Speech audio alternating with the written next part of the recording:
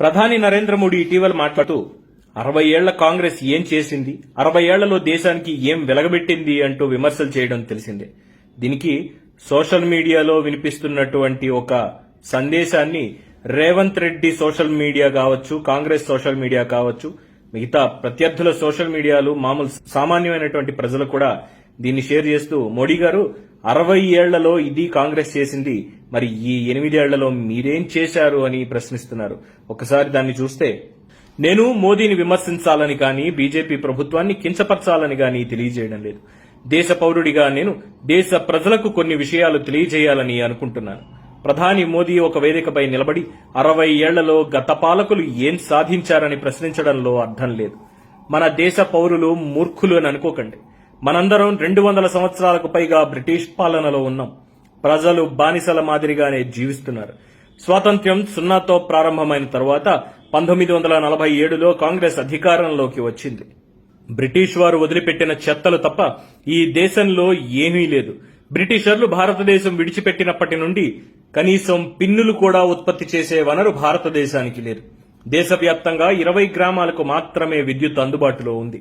ఈ దేశంలో 20 మంది పాలకులకు అంటే రాజులకు మాత్రమే టెలిఫోన్ సౌకర్యం అందుబాటులో ఉంది. తాగునీటి సరఫరా లేదు. కేవలం 10 చిన్న ఆనకట్టలు మాత్రమే ఉన్నాయి. ఆస్పత్రులు లేవు, విద్యా సంస్థలు లేవు, ఎరువులు లేవు, జబ్బు చేస్తే మందులు లేవు, ఫీడ్లు లేవు, సాగుకు నీటి సరఫరా లేదు. దేశంలో ఉద్యోగాలు లేవు. కేవలం ఆకలి మాత్రమే ఉంది. శిశుమరణాలు ఎక్కువగా ఉన్నాయి. సరిహద్దులో చాలా తక్కువ మంది సైనిక సిబ్బంది. దేశంలోని 4 వైపులా కేవలం 4 విమానాలు, 20 ట్యాంకర్లు, పూర్తిగా తెరిచిన సరిహద్దులు మాత్రమే. కనీసం రోడ్లు, వంతెనలు కూడా లేవు. ఖాళీ ఖజానా మాత్రం ఉంది. ఈ పరిస్థితుల్లో నెహ్రూ అధికారంలోకి వచ్చారు. అనేక మంది ప్రధానులయ్యారు. 60 సంవత్సరాల తర్వాత భారతదేశం ఏంటి?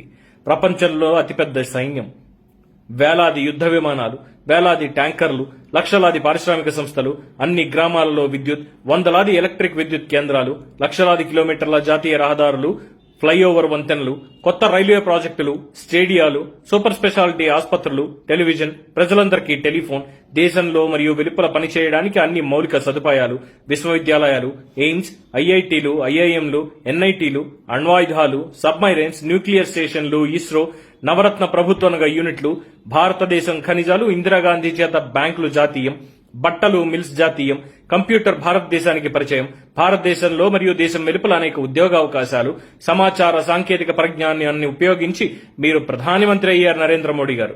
భారతదేశంలో మరియు దేశం వెలుపల అనేక ఉద్యోగావకాశాలు, ఇలా చెప్పుకుంటూ పోతే ఎన్నో ఉన్నాయి. సమాచార సాంకేతిక పరిజ్ఞానాన్ని ఉపయోగించి మీరు ప్రధానమంత్రి అయ్యారు నరేంద్ర మోడీ గారు. మీరు ప్రధానిగా బాధ్యతలు స్వీకరించినప్పుడు ప్రపంచంలోని టాప్ 10 ఆర్థిక వ్యవస్థల్లో భారతదేశం ఒకటిగా ఉండింది. ఇవే కాకుండా GSLV, Mangalyaan, monorail, metro rail, అంతర్జాతీయ విమానాశ్రయాలు, పృథ్వీ, అగ్ని, నాగ్ అణుజలాంతర్గాములు ఇవన్నీ మోడీ ప్రధాని కావడానికి ముందే సాధించింది. దయచేసి 60 ఏళ్లలో కాంగ్రెస్ ఏం సాధించిందని అడగకండి. మోడీ ప్రస్తుతం దేశానికి ప్రధానమంత్రిగా ఉన్నారు. మోదీ ఎన్ని ప్రభుత్వ రంగ సంస్థలను నిర్మించారు, ఎన్ని ఐఐటీలు కట్టారు, ఎన్ని ఎన్ఐటీలు కట్టారు, ఎన్ని ఐఐఎంలు కట్టారు, ఎన్ని డ్యాంలు కట్టారు, ఎన్ని ప్రాజెక్టులు నిర్మించారు. పేర్లు మార్చడం, విగ్రహాల మరియు ఆవు పేడ, మూత్రం రాజకీయాలు చేయడం, డిమానిటైజేషన్ లో విఫలం అవ్వడం, జీఎస్టీని సరిగ్గా అమలు చేయలేకపోవడం, కరోనా వస్తే చప్పట్లు కొట్టడం, గంటా కొట్టడం, లక్షలాది ప్రజలను మీ అతి తెలివితో ప్రాణాలు తీయడం, ఇదా ఇంకా ఉన్నాయి.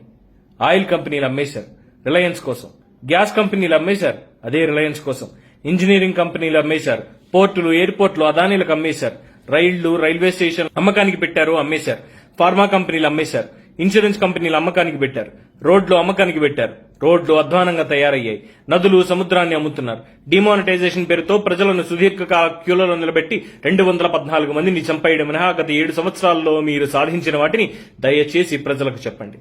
కొంతమంది కపట బీజేపీఎన్లు ఎఫ్డీఐని వ్యతిరేకించారు. ఇప్పుడు బీజేపీ సిగ్గు లేకుండా ఎఫ్డీఐకి మద్దతు ఇస్తోంది. ప్రపంచంలో నెంబర్ 1 స్థానంలో ఉన్న ఎల్ఐసిని మోడీ అమ్మకానికి పెట్టారు.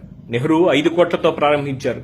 50 లక్షల కోట్లు ప్రభుత్వానికి ఇచ్చిన చరిత్ర, ఘనత ఎల్ఐసిది.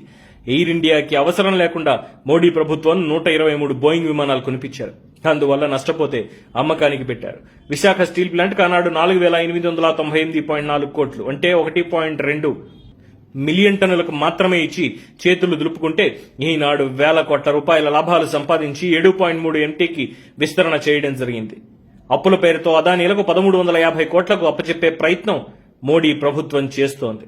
బాల్కో ఇండస్ట్రీ 25,000 కోట్ల ప్లాంట్ 511 కోట్లకు వేదాంతకు బీజేపీకి అమ్మేశారు. అజిత్ జోకి రాష్ట్ర ప్రభుత్వం 550 కోట్లకు అడిగారు, అయినా సరే ఇవ్వలేదు. బీజేపీ భారతదేశాన్ని అంబానీలకి అదానీలకి అమ్ముతోంది. రాఫెల్ ఒప్పందం అనిల్ అంబానీకి 2 నెలల వయసున్న కంపెనీని అప్పగించారు. భారత ప్రభుత్వ యాజమాన్యంలోని హెచ్ఏఎల్కి ఇవ్వాలని అనిపించలేదు. బీజేపీ పెట్రోల్ డీజిల్ 100కి చేరింది. ఎల్పీజీ ధరలు 1000కి చేరుకునేలా ఎక్కువ పన్నులు పెంచింది.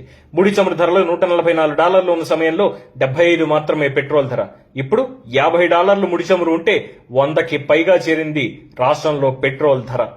దేశంలో పెట్రోల్ ధర భారతదేశంలోని పేద ప్రజల నుండి బ్యాంకులో కనీస సమతుల్యతను కాపాడుకోలేకపోయినందుకు గాను 1771 కోట్ల రూపాయలను జరిమానా రూపంలో ఎస్బీఐ ద్వారా మోడీ ప్రభుత్వం కాజేసింది. అమిత్ షా కుమారుడు జైషా, శౌర్య దోవల్, అంబానీలు, అదానీ, బాబా రామ్దేవ్ ఇక పతంజలి గ్రూప్ మరియు బీజేపీకి స్పాన్సర్ చేసే వ్యక్తుల ఆస్తుల పెంపు కోసం ప్రభుత్వ రంగ సంస్థలను అమ్మేసే కుట్ర జరుగుతోంది. గంగానదిని శుభ్రం చేయడానికి 3,000 కోట్లు, పటేల్ విగ్రహానికి 4,800 కోట్లు, శివాజీ విగ్రహానికి 3,500 కోట్ల రూపాయలు ఖర్చు చేసింది. ఏ మేరకు శుభ్రం చేశారు? ఈ అవినీతిని ప్రతి ఒక్కరూ చూస్తున్నారు. మీరు మునిగి గంగానదిని అపవిత్రం చేయకండి. గంగానది పేరుతో అవినీతి చేశారు. ప్రభుత్వ రంగ సంస్థలను కాపాడాల్సిన బాధ్యత ప్రతి ఒక్కరిపై ఉంది. సేవ్ పిఎస్యూస్ ఇది రాజకీయ కోణంలో కాకుండా విజ్ఞులైన వారందరి కోసం వాస్తవాలు తెలియజేయడం కోసం చేస్తున్నటువంటి ఒక ప్రయత్నం.